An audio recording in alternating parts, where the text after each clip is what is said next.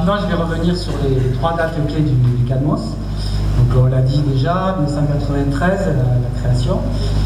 Juste pour répondre à une question que j'ai eue pas mal de fois aujourd'hui, est-ce que le CADMOS a été créé le 15 octobre? Alors la réponse malheureusement c'est non. 15 octobre c'est la Sainte Teresa, mais ce n'est pas la création du CADMOS. Et s'il fallait choisir une date, ça serait plutôt le 1er juillet qui est le début du vol Altair. La deuxième date importante pour le CADMOS c'est 1998, avec la décision par l'ESA de créer les réseaux des USOC. On en a un peu parlé, en effet, pour exploiter ces expériences, l'ESA, au lieu de choisir un centre unique en Europe, a décidé de se baser sur les réseaux, les centres existants, et donc a formé le réseau des USOC. Fort de son expérience, le CADMOS a été choisi pour être un de ces USOC, avec comme spécialité la physiologie. La dernière date importante pour comprendre ce qu'est le CADMOS, c'est 2008, avec le lancement de Columbus, où là, Lionel parlait tout à l'heure de tournant dans le CADMOS, mais je pense que le second tournant, c'est celui-là, où en fait on est passé d'un mode où on préparait plutôt des vols, c'est-à-dire le CADMOS était orienté autour d'un vol dont on a parlé, toutes les expériences avaient le même planning, et à la suite du vol on repassait un peu en mode de stand-by, on va dire, où là, avec l'arrivée de l'ISS, on est passé dans un mode de fonctionnement continu, et aujourd'hui, on peut dire qu'on prépare plutôt des opérations, des expériences, hein, chacune ayant son planning propre, et aujourd'hui on réalise plus de 200 jours d'opérations par an.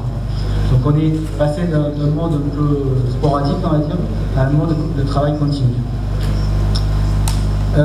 Donc la mission, par contre, depuis la création du CADMOS, notre mission de base n'a pas changé, c'est de préparer, d'organiser et d'assurer les missions scientifiques qui nécessitent la micropesanteur. Lionel aussi en a parlé tout à l'heure, j'en parlerai beaucoup, c'est surtout autour de l'ISS. On va parler parce que ce sont les missions les plus importantes, celles qui nécessitent le plus de temps. Et aussi on prépare des missions pour les capsules, les fusées sondes et pour l'avion 0G. Donc je voudrais juste faire une parenthèse autour de l'avion 0G. Souvent on le présente comme un moyen de qualification pour les futures expériences. Mais en fait, il y a aussi toute une partie de l'expérience qui se contente de séries de 20 secondes de microgravité que permet de voir l'avion. Et on arrive à avoir d'excellentes publications rien qu'avec l'avion 0G. Donc il faut pas, c'est juste pour dire que l'avion 0G c'est un moyen de différenciation à part entière et c'est pas simplement le moyen qui sert à préparer des expériences pour les essais. En termes de clients, donc aujourd'hui on travaille pour deux entités. On a des expériences nationales pour le compte de l'action des programmes, la plupart qui sont développées en coopération multilatérale, donc soit avec la NASA, soit avec la Russie. Et l'autre partie de nos expériences sont réalisées dans le cadre du réseau DIVLOC pour le compte de l'ESA. En termes de ressources, on a à peu près 50-50 entre les expériences nationales et les expériences européennes. Concernant les thématiques, le CADMOS travaille sur des expériences qui touchent à peu près l'ensemble des thématiques qui sont concernées par un micropesanteur, donc les fluides matériaux, la physiologie, la neuroscience, la biologie, l'exobiologie et aussi la physique fondamentale, comme l'a dit aussi Lionel, avec l'arrivée des CIS et de l'horloge atomique Faraday. En termes d'instruments, alors quels sont les instruments que nous avons au CADMOS? Donc pour l'ESA, je vous l'ai dit, on est l'USOC de physiologie. Donc, dans le cadre de l'ESA, on va avoir les thématiques, les instruments principaux de physiologie. Donc le PM, MARES, qui est l'instrument dédié à l'étude d'atrophie musculaire, et plus tard ici. Donc ce qui fait la force du CADMOS, c'est qu'au Canada, ceux qui auront l'occasion, qui l'ont visité ou qui auront l'occasion de visiter, on a des laboratoires qui accueillent les modèles sols de ces instruments, ce qui nous permet quand on prépare les expériences, de valider tous nos protocoles scientifiques sur les instruments, les modèles sols, les instruments qui sont dans le bâtiment Nadar. Et dans le cadre de nos manips de coopération bilatérale, donc on a Déclic, instrument de sciences physiques, développé en collaboration avec la NASA. Le CNES a développé l'instrument, exploite l'instrument pour le compte des scientifiques à la fois français et américains. Et la NASA nous a lancé l'instrument et nous fournit les ressources à bord. Donc cet instrument est à bord depuis 2009. Au départ, il devait voler 3 ans. donc jusqu'en 2012, et puis comme il fonctionne très bien et qu'il y a encore un programme scientifique qui est en route, on va certainement l'exploiter encore jusqu'en 2015. Donc ça c'est pour d'autres coopérations avec les États-Unis. Et concernant la coopération avec les Russes, on en a déjà parlé aussi, on a l'instrument CardioWeb qui est dédié au suivi médical, qui est en vol dans la station depuis 2010 et qui fournit régulièrement des données sur l'état physique des astronautes. Les moyens qui sont utilisés au CADMOS, donc j'en ai déjà un peu parlé, on a les laboratoires donc, qui accueillent les modèles sol, les instruments, qui sont très utiles pendant les préparations, comme j'ai dit, mais aussi qui nous servent en cas d'anomalie à bord. Donc on peut valider ce qu'on appelle les workarounds ou les télécommandes palliatives. Avant de les envoyer, on les valide dans nos laboratoires. On a ensuite une salle de contrôle pour suivre en direct les opérations qui sont réalisées à bord de la station. Des salles de préparation pour tous les consommables qu'on envoie régulièrement à la station. Et puis on a aussi des moyens d'archivage, puisqu'on est responsable de l'archivage et de la diffusion des données. Alors, juste pour rentrer un peu plus dans le détail, je voudrais vous expliquer en quoi consiste le travail des ingénieurs du CADMOS. Donc, quelle que soit la thématique, en fait, on peut dire qu'il y a 3 grandes étapes dans la préparation, dans la réalisation d'une expérience scientifique. Donc, la première étape, qui est la plus longue, et qui est, à mon sens, vraiment le cœur de notre métier, c'est la préparation des expériences. Donc, vraiment, notre métier, c'est de comprendre le besoin des scientifiques, ce qu'ils veulent faire, et adapter leur protocole scientifique à la réalité de la station. Donc, la réalité de la station, ça veut dire les instruments qui sont à bord de la station, la connaissance qu'on a des instruments qui sont à bord de la station, et la connaissance que nous avons des contraintes liées à la station. C'est-à-dire, imaginons qu'on veut établir un protocole scientifique qui demande 10 heures d'utilisation astronaute.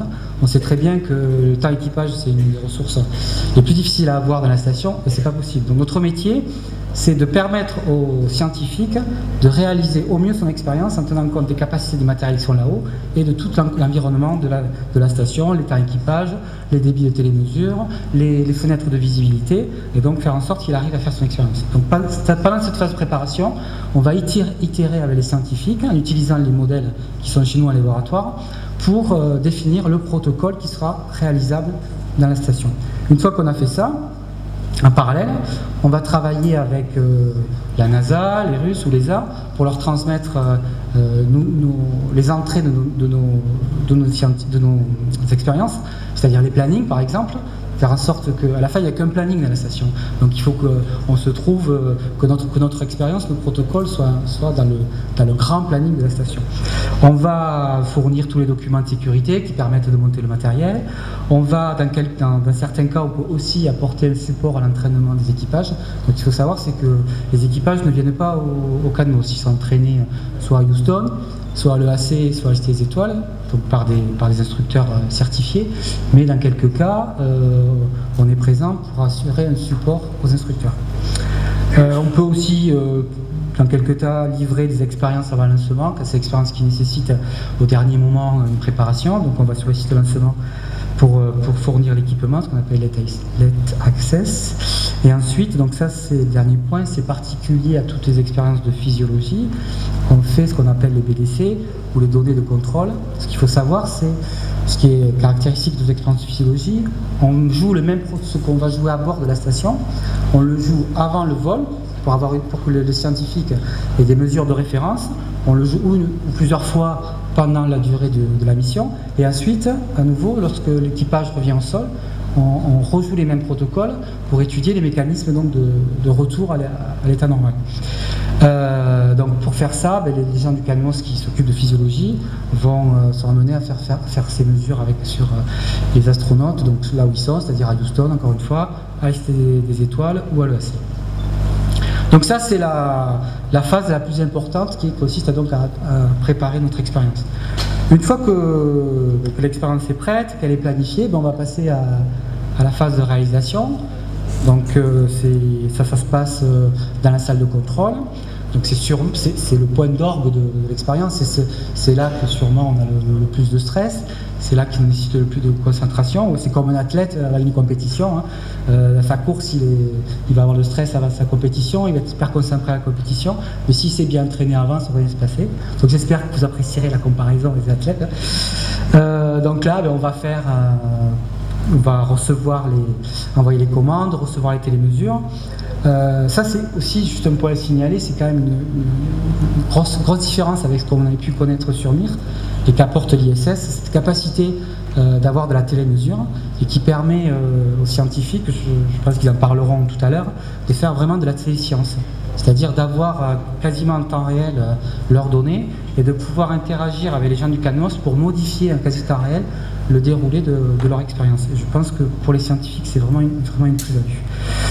Donc une fois qu'on va réaliser ces expériences, que tout s'est bien passé, on va passer à la dernière phase qui consiste à récupérer les données qui ont été stockées à bord. On va récupérer ça au sol, trier les données, compléter les données. Dans certains cas, les scientifiques ne demandent pas seulement les résultats de l'expérience, mais peuvent demander des données de contexte, la température dans le module, la position de la station, etc. Donc on va récupérer tout ça, distribuer les données aux astronautes. Dans certains cas, comme la physiologie, certaines données sont soumises à des législations sur la loi des données médicales, donc on va devoir crypter les données. Et ensuite, on est aussi chargé de l'archivage des données. Donc pour ça, on s'appuie sur les besoins communs du CNES, pour ceux qui connaissent, qui sont le staff et le CIPAD. Donc voilà brièvement le cœur de notre métier, en quoi consiste le métier des gens du CANMOS. Juste pour finir, un petit mot sur l'organisation. Donc au CANMOS, nous sommes organisés en pôles. Donc il y a deux catégories de pôles, ce que j'appelle les pôles mission, qui sont sur votre droite là, c'est-à-dire que ce sont des pôles qui sont organisés autour d'une thématique et autour d'un instrument. Donc on va retrouver la science de la vie, science de la matière, l'instrument déclic, la science de la vie, l'exobiologie, la science fondamentale, donc on a parlé tout à l'heure SAICIS. Pour l'instant, on est en phase de préparation, mais demain, c'est voué à devenir un pôle important.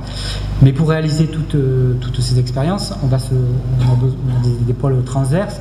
Donc on va retrouver tout ce qu'on retrouve classiquement dans les projets, c'est-à-dire la qualité, la gestion de la documentation, secrétariat, contrôle projet, mais aussi ce qui est particulier au CANMOS par rapport à d'autres projets. Donc comme je vous ai dit, on a une salle de contrôle, donc il y a toute une série de moyens qui sont utilisés pour envoyer ces commandes, recevoir les mesures, pour être connecté à l'ensemble du reste du monde ISS, aux autres centres.